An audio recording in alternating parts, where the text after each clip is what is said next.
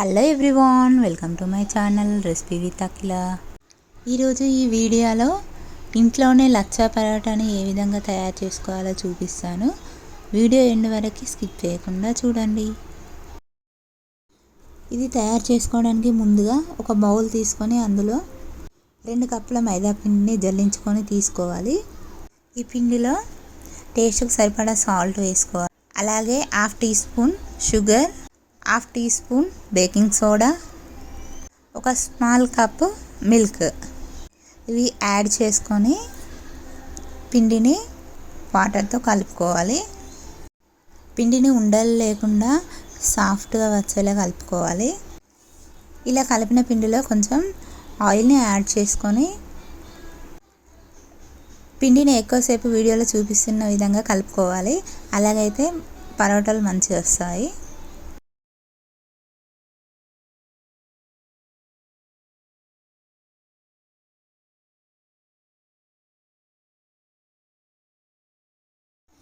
ఈ విధంగా కలుపుకున్న పిండి ఎలా అయిందో చూడండి. సాఫ్ట్గా ఒక రౌండ్ బౌల్లా చేసుకొని తడిగా ఉన్న కాటన్ క్లాత్ను వేసుకోవాలి.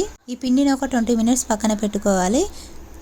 తర్వాత ఈ పిండి ఎలా అయిందో చూడండి. సాఫ్ట్గా పరాటాకు కావాల్సిన పిండిని తీసుకొని ఒక బౌల్లా చేసుకొని వీడియోలో చూపిస్తున్న విధంగా చేసుకోవాలి.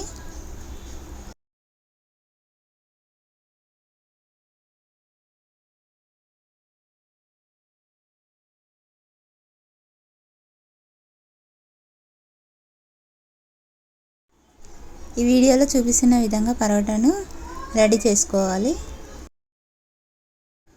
నేనైతే ఆయిల్ వేసి పరోటాను చేస్తున్నాను, సాఫ్ట్గా ఉంటాయని. పిండి వేసుకొని కూడా చేసుకోవచ్చు, అలా అయితేనే కట్ చేయడానికి వీలుగా ఉంటుంది. రెడీ అయిన పరోటా పైన ఆయిల్ వేసుకొని స్ప్రెడ్ చేసుకొని కొంచెం పిండిని స్ప్రింకిల్ చేసుకోవాలి. తర్వాత రెడీ అయిన పరోటాను చాక్ సాయంతో చూపిస్తున్న విధంగా కట్ చేసుకోండి.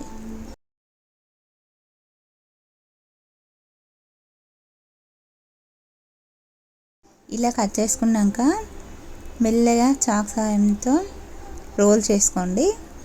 రోల్ చేసుకొని వీడియోలో చూపిస్తున్న విధంగా ఫ్లవర్ టైప్లో రౌండ్గా చేసుకోవాలి. తర్వాత దీన్ని మళ్ళీ పరోటా లాగా చేసుకోవాలి.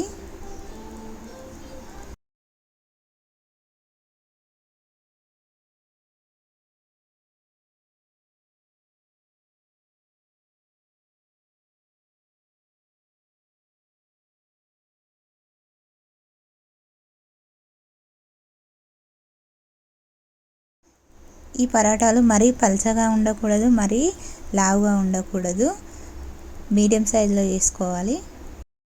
స్టవ్ ఆన్ చేసి పెనం పెట్టుకోవాలి. పెనం వేడైనాక పెనంకి ఆయిల్ రాసుకొని పరోటాలను వేసుకోవాలి. పెనం బాగా వేడెక్కినాక మాత్రమే పరోటా వేసుకోవాలి, లేదంటే అట్టలాగా అయిపోతుంది. ఈ విధంగా పరోటాను 2 వైపులా కాల్చుకోవాలి. తర్వాత ఆయిల్ అప్లై చేసుకోవాలి. పరోటా కాలినాక 2 వైపులా గీ లేదా ఆయిల్ని అప్లై చేసుకుంటే బాగుంటుంది.